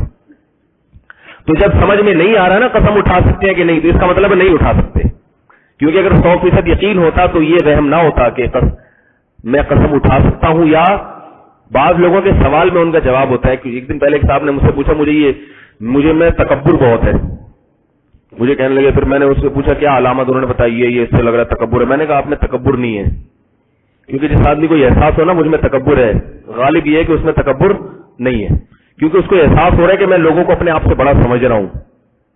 تو یہ سمجھنا اس کی علامت ہے کہ وہ اصل میں چھوٹا سمجھ رہا ہے اپنے آپ کو. اگر وہ واقعتاً بڑا سمجھ رہا ہوتا اپنے آپ کو تو وہ کہتا ہے میں تو جو ہوں وہی سمجھ رہا ہوں نا. چھوڑے رہنے سے ایسی بیکار باتیں سمجھ میں, بہت سی باتیں تو سمجھانا اونٹ کو رسے میں بٹھانا آسان ہوتا ہے, ٹھیک ہے. تو بعض چیزوں کا انسان کو وہم ہو جاتا ہے, وہم, وہ حقیقت میں نہیں ہوتی, وہم ہو جاتا ہے اس کو. تو وہ پھر شیطان کیا کرتا ہے کہ اس کو وہم کی وجہ سے نا عبادت سے روکتا ہے. کہہ رہے تو ویسے اللہ کیا مردود ہے, تو اپنے آپ کو لوگوں سے بڑا سمجھ رہے تھے, تو عبادت تکبر تو بہت بڑی برائی ہے. بہت حدیث میں آتا ہے جس کے دل میں رائی کے برابر تکبر ہوا وہ جنت میں نہیں جائے گا. تو شیطان دل میں ڈال دیتا ہے کہ تیرے دل میں تو تکبر کے پہاڑ ہیں, تو کہاں سے جنت میں جائے گا. تو اس کا نقصان ہے, نہ عبادت میں دل لگ رہا ہے نہ نماز میں, کیونکہ وہ تکبر ہے. ایک خاتون کا پرسوں فون آیا, بہت پریشان کہ میرا نمازوں میں دل نہیں لگ رہا, اور میں دعا مانگتی ہوں مجھے رونا نہیں آ رہا. دعا میں پہلے مجھے بہت رونا بھی آتا تھا, بہت دل بھی لگا کرتا تھا, اور نمازوں میں بڑا مزہ آتا تھا, رونا بھی, اب پتہ نہیں دل ہی نہیں لگتا. تو یہ شیطان کی طرف سے ہے. میں نے کہا قطعاً نہیں, یہ شیطان کی طرف سے نہیں ہے. میں نے کہا نماز میں دل نہ لگنا, حالانکہ لگانے کی کوشش بھی کر رہی ہو, آپ دعا مانگ رہی ہو پابندی سے, دل نہیں لگ رہا لیکن پھر بھی مانگ رہی ہو, تو یہ دعا میں دل نہ لگنا یا نماز میں دل نہ لگنا شیطان کی طرف سے نہیں ہے. اس دل نہ لگنے پہ پریشان ہونا یہ شیطان کی طرف سے ہے. نہیں آ رہی میرا خیال ہے بات. بھائی آپ غلام ہو, اللہ نے آپ کو جو کام کہا ہے وہ آپ کرو. اللہ نے کہا نماز پڑھو دل لگاؤ, آپ نے نماز پڑھی دل لگانے کی کوشش کی, نہیں لگ رہا تو اب آپ کا اختیار تھوڑی ہے. غلام کا کام ہے جو کام اس کے ذمہ دیا جائے وہ کام کر لے. اللہ نے کہا دعا مانگو, رونا آتا ہے تو رو, نہیں آتا تو رونے کی صورت بنا لو, بس کافی ہے. یا اللہ ہمیں نہیں آ رہا رونا. صرف ایک شخصیت ایسی ہے جن کو نہیں آتا پھر بھی وہ رو لیتے ہیں, کڑھائیاں وڑائیاں, وہ سمجھ رہے ہو نا آپ لوگ, کرتے ورتے ایسے ہیں کہ وہ باقاعدہ آرڈر پہ روتے ہیں. بہت سے لوگ ایسے ہیں, بہت سے بعض مولوی صاحبان بھی ایسے ہیں جو پبلک کی ڈیمانڈ پہ روتے ہیں باقاعدہ. تو پبلک کی ڈیمانڈ ہوتی ہے آج آپ رو کے دعا کرائیں گے, ختم قرآن پہ بعض لوگوں کی ڈیمانڈ ہوتی ہے آج آپ رو کے دعا کرائیں گے, تو پہلے سے وہ پتہ نہیں کیسے رو لیتے ہیں واللہ عالم. لیکن اصل میں جو رونا ہے یہ انسان کے اپنے اختیار میں. میں نے ایک دفعہ 27ویں رات کو میں نے کہا چلو دعا کراتا ہوں, لوگوں نے کہا ایک پرچیز کا رو کے دعا کرائیں گے. میں نے کہا اب نہیں آئے گا رونا, حالانکہ مجھے پہلے آ رہا تھا. میں نے کہا اب آپ نے چونکہ مشورہ دے دیا ہے اب نہیں آئے گا. کسی کے مشورے سے انسان سارے کام کر سکتا ہے, رو نہیں سکتا کہ آپ کے مشورے پہ ایک انسان روئے. تو یہاں بھی بات یاد رکھیں کہ میں نے اس خاتون کو یہ مسئلہ چونکہ عام لوگوں کے ساتھ بھی پیش آتا ہے, کبھی نماز میں دل لگتا ہے کبھی نہیں لگتا, کبھی دعا میں مزہ آتا ہے کبھی نہیں آتا. تو ہمارا کام ہے دعا مانگنا, چاہے دل لگے نہ لگے. نماز میں دل لگ رہا ہے تو بھی پڑھنی ہے, نماز نہیں لگ رہا تو بھی پڑھنی ہے. ہم تو اللہ کے غلام ہیں, اس نے جو ہمیں کام کہہ دیا ہم وہ کریں گے. تو اس میں پریشان ہونے کی کیا بات ہے بھائی. ہمارے حضرت کے ایک مرید تھے, ان کو جب نماز پڑھتے تھے نا, جب نئے نئے مرید بنے, جو انسان جب نیا نیا مرید بنتا ہے نا تو اس کو بڑا مزہ آتا ہے عبادت میں, جب نیا نیا نیک بنتا ہے. تو وہ بڑی لمبی لمبی نمازیں پڑھا کرتے تھے, روتے بھی تھے, اور کیا خوبصورت نماز تھی ان کی ماشاءاللہ. ابھی تک مجھے یاد آتا ہے طالب علمی کا وہ زمانہ ان کا, کہ وہ کیسے لمبی روتے تھے اس میں. اللہ کی قدرت کی ان کو ایک بیماری ہو گئی, نیند کا غلبہ. وہ نماز میں ان کو نیند آنا شروع ہو گئی. کہاں وہ اتنی لمبی لمبی تہجدیں اور رو رہے ہیں. اب ان کی حالت یہ ہو گئی کچھ وقت کے بعد, ادھر نیت باندھی, آنکھ لگ گئی, نماز شروع کریں گے اور نیند, خاص طور پہ جماعت کی نماز. اب فجر میں امام صاحب کھڑے ہوئے ہیں, وہ بھی ہمارے ساتھ پیچھے کھڑے ہوتے تھے, تکبیر تحریمہ امام نے کہی, وہ سو گئے. ہم قرات سن رہے ہیں, ہمیں مزہ آ رہا ہے, بھائی اچھا موسیٰ علیہ السلام کا واقعہ اور یہ واقعہ بڑا, وہ بیچارے سو گئے. یہاں تک کہ سلام جب امام پھیرتے تھے ان کو کونی مارتے تھے, بھائی سلام پھیر لو. سجدے میں گئے تو کونی مار رہے, ان کو کوئی بیماری ہو گئی تھی یا کوئی تھکاوٹ تھی یا کیا تھا, بہرحال ایک مسئلہ ہو گیا ان کے ساتھ. اب بیچارے کیا کچھ جتن کر لیے, مگر نماز میں نیت باندھے اور سو جائیں. تو انہوں نے ہمارے حضرت کو خط لکھا کہ حضرت میری نمازیں ایسی خوبصورت, اتنی مزہ تھا نماز میں, اب عجیب مسئلہ ہے کہ میں ادھر نیت باندھتا ہوں, ادھر آنکھ لگ جاتی ہے. تو حضرت نے فرمایا اللہ کا شکر ادا کریں, دونوں مزے, نماز کا بھی اور نیند کا بھی, کیونکہ اللہ تو قبول کر رہا ہے نا. اللہ کو پتہ یہ جان کر نہیں سو رہے, جان کر تو صرف پولیس والے سوتے ہیں تھانے کے اندر, ٹھیک ہے نا. جب آپ جائیں کوئی چور ہے, ڈاکو آ رہا ہے, کیونکہ مجھے تجربہ, ایک دفعہ میں گیا تھانے, سو رہے تھے سارے, ایس ایچ او صاحب بھی سو رہے, ڈی ایس پی صاحب بھی سو رہے ہیں, اٹھانے کی بھی اجازت نہیں تھی. انہوں نے کہا رات کو 12 بجے آنا, اس وقت اٹھیں گے یہ. تو اختیار سے تو صرف وہ لوگ سوتے ہیں, قوم کے حکمران ہیں جو اپنے اختیار سے جان بوجھ کے باقاعدہ سوتے ہیں. نماز میں کوئی سونے کے لیے تھوڑی کھڑا ہوتا ہے, تو اگر سو گیا تو اس کا مطلب ہے. اور مدارس کا ماحول اگر آپ آ کے دیکھیں, ہمارے مدرسوں میں فجر کی نماز میں 75% طلبہ سو رہے ہوتے ہیں, کیونکہ رات دیر تک مطالعہ کرتے ہیں. پھر وہ ایک روٹین میں آ کے نا, ایک روٹین سی بن جاتی ہے ان کی, 75% سو رہے ہوتے ہیں. عجیب سا ایک ماحول ہوتا ہے, سردے سے امام اڑ گیا, پبلک سو رہی ہے, پھر بھی اٹھ نہیں رہی. میں کہتا ہوں باہر سے کوئی بندہ آئے گا کیا بولے گا, یار یہ کیسے طلبہ ہیں. لیکن میں اس کو, کوئی آ کے اعتراض کرے نا یہ کیسے طلبہ ہیں فجر میں سو رہے ہیں, میں کہتا ہوں 4 دن رہو یہاں پہ, 4 دن یہاں پہ رہو. یہاں سکون اور سکینت ایسی مدرسوں میں نازل ہوتی ہے کہ نیند کا جو مزہ ہے نا مدرسوں میں, وہ پوری زندگی انسان کو کبھی نہیں آتا, ایسا سکون. تو ہمارے حضرت نے ان کو کیا فرمایا کہ پریشان ہونے کی ضرورت نہیں ہے, شکر ادا کریں, نماز کا ثواب غریبی میں مل رہا ہے اور نیند خود بخود ہو رہی ہے. تو اللہ تعالیٰ اسی طرح قبول کرے گا, تو ہمیں کیا ضرورت ہے شومار. بالوں میں شومار نہیں ہوتی نا, میں روتا ہوں نماز میں, اور ایسے بھائی اللہ قبول کر رہا ہے. اسی طرح لوگ بھی عقیدت اسی سے کرتے ہیں جو نماز میں رو رہا ہو. ضروری نہیں ہے بھائی, جو نہیں رو رہا ممکن ہے یہ اللہ کی نظر میں زیادہ بہتر ہو, یہ ضروری نہیں ہے, کوئی یہ کرائٹیریا نہیں ہے. معیار جو ہے نا, معیار وہ صرف اعمال ہے انسان کے. اچھا بھائی, اچھا ایک مسئلہ رہ گیا معذور کے حکام بھی. اگلی دفعہ مجھے پرچی تھے کہ کسی کو پیشاب کے قطروں کی بیماری ہو, یا ہوا خارج ہونے کی بیماری ہو, یا بعض خواتین ہوتی ہیں ان کو باقاعدہ بلیڈنگ کی بیماری ہوتی ہے, مسلسل بلیڈنگ کچھ نہ کچھ ہوتی رہتی ہے, تو وہ وضو کیسے کریں. تو وہ پھر مجھے اگلے ہفتے پرچی تھے, اس پر میں بات کروں گا تاکہ وہ ایک کلپ تیار ہو جائے. آئندہ کوئی بھی اس طرح ہونا, کوئی بھی پجامے شلوار والا مسئلہ ہے تو فوراً میں اس کو وہ کلپ کا حوالہ دوں گا, بھائی یہ پورا سن لو. اچھا بھائی, مسئلہ یہ ہے کہ کتے کے ذریعے چور معلوم کرنا اور پھر اس کے عوض پیسے لینا یہ جائز ہے. کتا بڑا ہوشیار ہے, کتا چور کو پکڑ لیتا ہے. ہمارے ایک جاننے والے رشتے دار ہیں, پچھلے سال ان کے گھر میں چوری ہوئی تو پولیس والوں کو بلوایا انہوں نے, وہ اپنے ساتھ کتے بھی لے کر آئے. کتے نے باقاعدہ ٹریس کر لیا کہ یہ چور ہے, پکڑا گیا تھا وہ چور.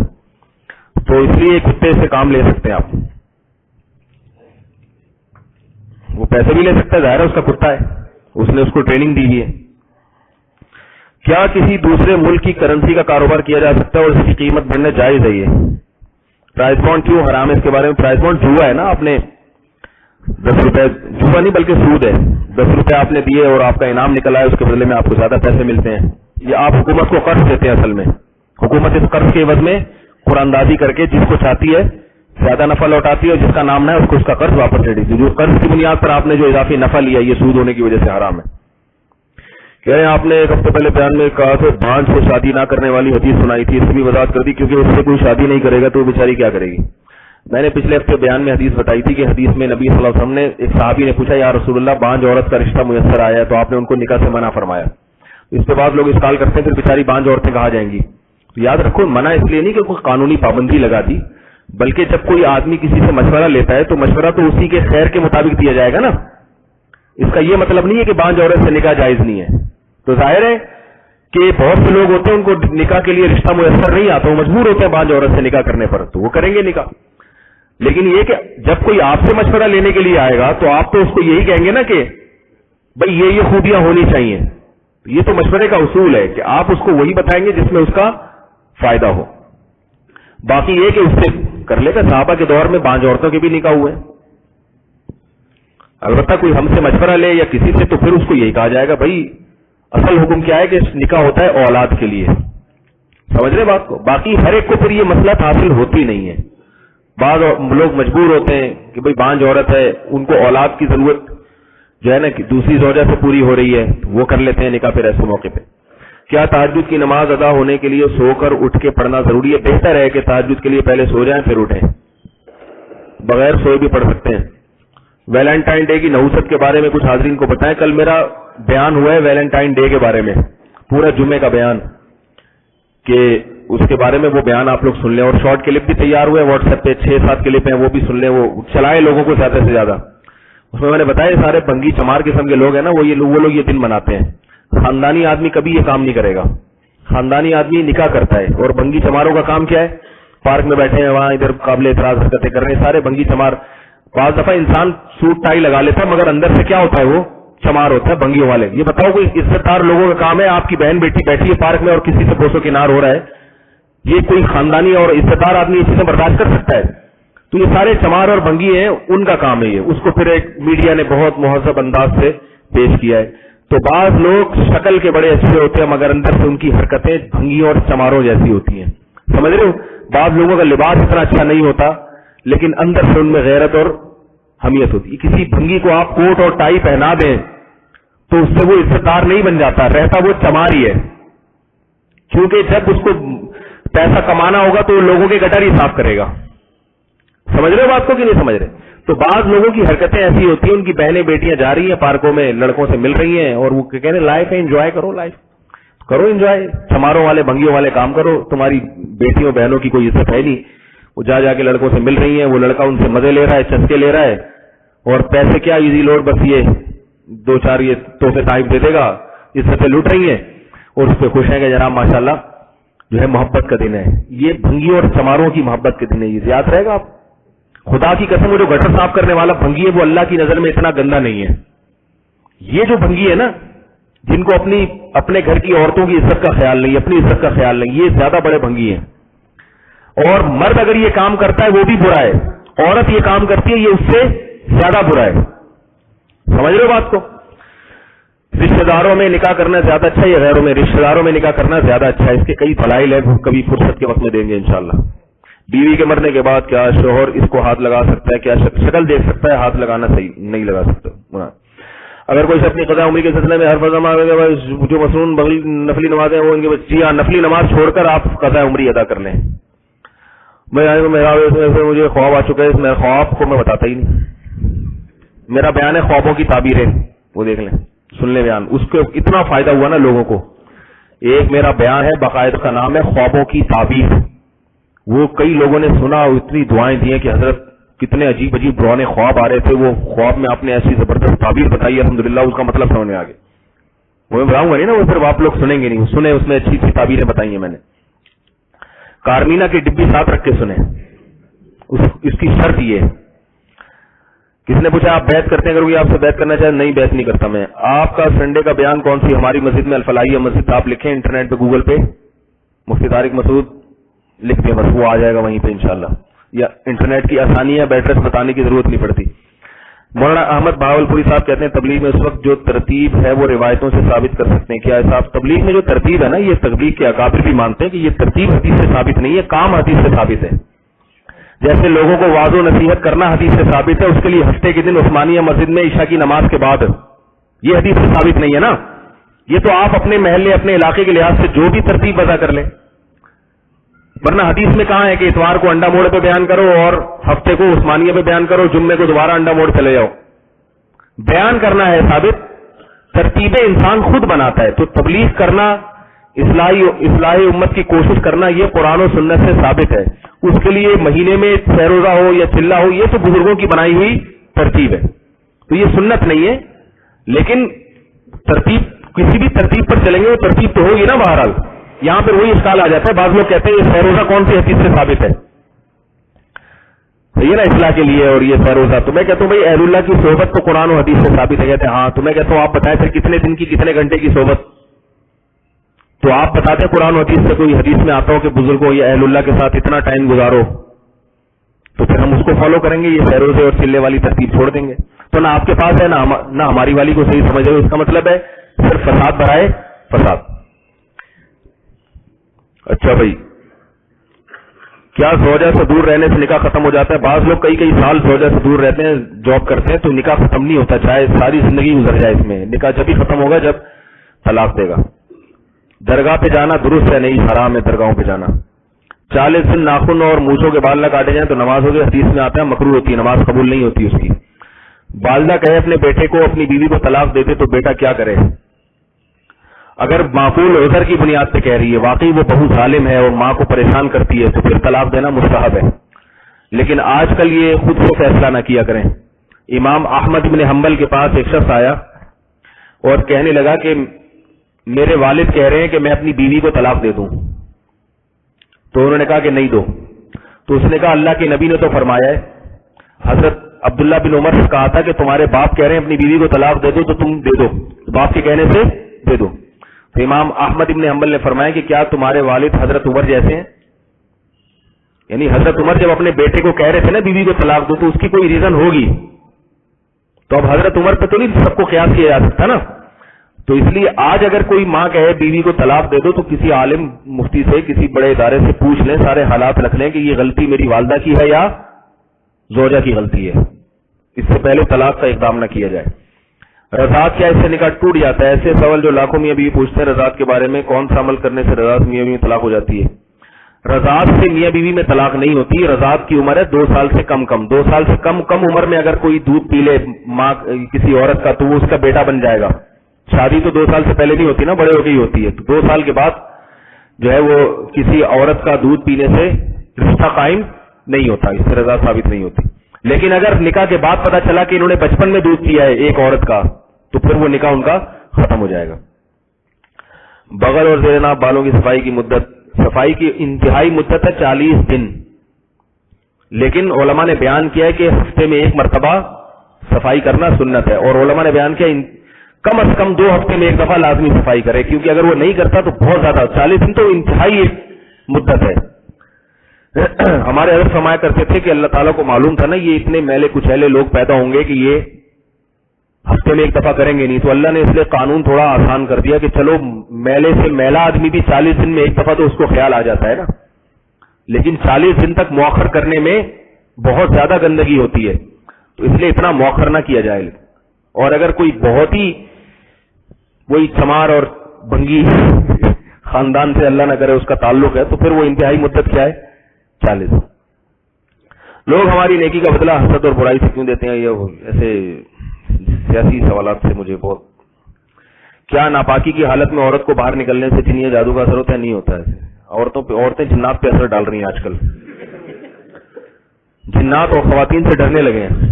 وہ دیکھتے جب ان کا اتنا طاقتور میاں ان سے اتنا ڈر رہا ہے تو جنات کی کیا اوقات بھائی. حیض و نفاس کسے کہتے ہیں؟ کچھ غلط فہمیاں. حیض کہتے ہیں کہ عورت کو جو ہر مہینے خون آتا ہے, اور نفاس کہتے ہیں بچے کی ولادت کے بعد. بعض دفعہ حمل ضائع ہو جاتا ہے, تو حمل اگر اتنا تھا کہ بچے کی یعنی جسم بن چکا تھا اس میں, جو تقریباً 4 مہینے میں ہوتا ہے, تو پھر اس حمل گرنے کے بعد جو خون آئے گا وہ بھی نفاس کا ہوگا. اور اگر حمل ابتدائی مراحل میں تھا تو اس کے گرنے کے بعد جو خون آئے گا وہ حیض کا خون ہوتا ہے. اسلام سے دوری کی وجہ سے عورتوں کے جو مخصوص ایام آتے ہیں, اس پر مختلف لوگوں نے رائے بنائی ہوئی. کیا یہ عورتوں کو سزا ہے؟ کیا واقعی ایسا نہیں ہے؟ عورتوں کی سزا نہیں ہے یہ. بعض لوگ کہتے ہیں عورت نے کوئی گناہ کیا تھا اس پر اللہ نے اس کو سزا دی. ایسا نہیں ہے. یہ کیا ہے بھائی؟ اولاد کے اعتبار سے لہٰذا میری رہنمائی مجھے بتائیں کہ اس میں خواجہ سرا کا ذکر ہے یا نہیں. کہہ رہے ہیں اللہ تعالیٰ نے قرآن میں کہا ہے 4 قسم کے میں نے, کچھ کو بیٹے دیے, کچھ کو بیٹیاں دی, کچھ کو کچھ بھی نہ دیا, اور کچھ کو بیٹے اور بیٹیاں دونوں دیے ہیں. کہا کہ یہ جو مخنث ہیں یہ تو قرآن میں ہے ہی نہیں کہیں. یہ سوال کیا ہے کہ اللہ نے تو قرآن میں کہا ہے کہ میں کسی کو بیٹیاں دیتا ہوں, کسی کو بیٹے دیتا ہوں, کسی کو بیٹے بیٹیاں دونوں دیتا ہوں, اور کسی کو کچھ بھی نہیں دیتا. تو حالانکہ اللہ تو بعض کے ہاں ولادت یعنی مخنث کی بھی ہو جاتی ہے نا. اللہ تعالیٰ سب کو اس آزمائش سے محفوظ رکھے. تو یاد رکھیں قرآن وہ نعمتوں کو عام طور پہ بیان کرتا ہے جو عام طور پر ہوتی ہیں, جو جن کا وقوع شاذ و نادر ہے, لاکھوں میں کسی ایک, تو اس کو قرآن نے بیان نہیں کیا کیونکہ اس کا وقوع کیا ہے, کن نادر ہے. اور دوسری بات یہ کہ مخنث کے بارے میں حکام یہ ہے کہ اس میں اگر مردانہ علامتیں زیادہ ہے تو پھر وہ مرد ہی شمار ہوتا ہے تمام حکام میں, اور اس میں عورت کی علامتیں زیادہ ہے تو وہ پھر عورت ہی شمار ہوتا ہے. وہ ایک دفعہ کسی کا میرے پاس فون آیا کہ حضرت ایک مخنث کا انتقال ہوا ہے, اس کو غسل مرد دیں گے یا عورتیں دیں گی. میں نے کہا یار زندگی میں پہلی مرتبہ ایسا مسئلہ آیا ہے, زندگی میں پہلی مرتبہ. تو میں بڑا حیران ہوا. میں نے کہا بہرحال کوئی ہو گیا ہوگا بہرحال. تو میں نے کہا بھائی اگر مردانہ علامتیں زیادہ ہے دیکھ لو تو مرد اس کو غسل دے گا, اور اگر عورت پنا اس میں زیادہ چھلکتا ہے تو عورتیں غسل دیں گی. کہہ رہے بالکل بیچ کا ہے, بالکل بیچ. میں دوبارہ حیران اس لیے ہوا کہ پہلی دفعہ کسی نے مخنث کے بارے میں پوچھا ہے, پھر وہ پوچھا بھی ایسا کہ جو بالکل بیچ کا ہوتی ہے تو اور لاکھوں میں ایک ہوگا نا, اور وہ تو لاکھوں میں ایک کوئی مخنث پیدا ہوتا ہے, پھر مخنث میں بھی لاکھوں میں ایک ہوتا ہے جو بالکل اتنا جس کو فقہ کی اصطلاح میں خنثی مشکل کہا جاتا ہے. تو میں نے بڑا پریشان ہوا. مجھے جواب تو معلوم تھا لیکن چونکہ یہ مسئلہ کبھی کسی نے پوچھا نہیں, میں نے کہا پھر بھی احتیاطاً میں دیکھ لوں اس کو. تو پیسے زیور رکھی ہوئی تھی, میں نے کہا چلو اس میں دیکھ لیتا ہوں. میں دیکھنے کے لیے اٹھا, میں نے کہا اس سے پوچھ لوں کہ ہے جی آپ کو ہوائی باتیں تو نہیں کر رہا کہیں ایسے ہی جنرل نالج کے لیے. میں نے کہا کوئی میت پڑی نہیں ہے, کہہ رہے نہیں میں ایسی جنرل نالج کے لیے پوچھ رہا ہوں میں آپ سے. میں نے کہا تھک تمہارے کہ ہم فالتو بیٹھے نا, تمہیں جنرل نالج کے لیے مخنث مار رہا ہے, کبھی کیا مار رہا ہے. میں نے کہا یہ مرے گا تو پوچھنا. بعض لوگوں کو جنرل نالج کا شوق ہوتا ہے خام خامے, جس کو جنرل نالج کے لیے پوچھ رہے ہیں. تو یہ پرچی سے مجھے وہ مخنث کے لفظ ہے نا وہ واقعہ یاد آ گیا کہ بعض مخنث ایسے ہوتے ہیں جو بالکل آدھے مرد اور آدھی عورتیں, ان میں فیصلہ کرنا مشکل ہوتا ہے. تو اس کا حکم پھر یہ کہ اس کو تیمم کرایا جائے گا. سمجھ رہے ہیں بات کو؟ تو اس لیے بتا دیے تاکہ دوبارہ فون نہ کریں اس کو, پھر یہ کہ تیمم کرا کے دفن کرایا جائے گا. تو اسلام تو کامل ہے, اس کا احکام اللہ نے بیان کیے, مگر چونکہ وہ ان کی پیدائش تقریباً کالعدم ہے تو اس لیے اللہ نے اس کا قرآن مجید میں ذکر نہیں کیا. اور ان کی پیدائش حقیقت میں ہے بھی آزمائش. اللہ تعالیٰ اس آزمائش سے سب کو بچائیں. لیکن اگر خدا نہ خواستہ اللہ نہ کرے کسی کے گھر میں ایسے پیدا ہو جائے تو یاد رکھو اس کو پھر عیدی سینٹر میں جمع کرانا جائز نہیں ہے. وہ اولاد ہے, اس کو اولادوں کی طرح پالنا واجب ہے. یہ جتنے ہیجڑے آج کل بے ہودگی اور بے حیائی میں کیوں ان کے والدین ان کو گھر سے نکال دیتے ہیں, تو یہ غلط ہے, نکالنا نہیں چاہیے. اولاد کی طرح پالے اس کو. تو اولاد ہے, اگر لڑکے کی علامتیں زیادہ ہے تو لڑکا شمار ہوگا, وہ لڑکے کی علامتیں زیادہ ہے لڑکی شمار ہوگی. تو آزمائش ہے اللہ کی طرف سے, اس کو پالنا چاہیے. اس کو اس طرح سے پھینک کے آ جانا جائز نہیں ہے. سبحانک اللہم و بحمدک نشہد ان لا الہ الا انت نستغفرک و نتوب الیک.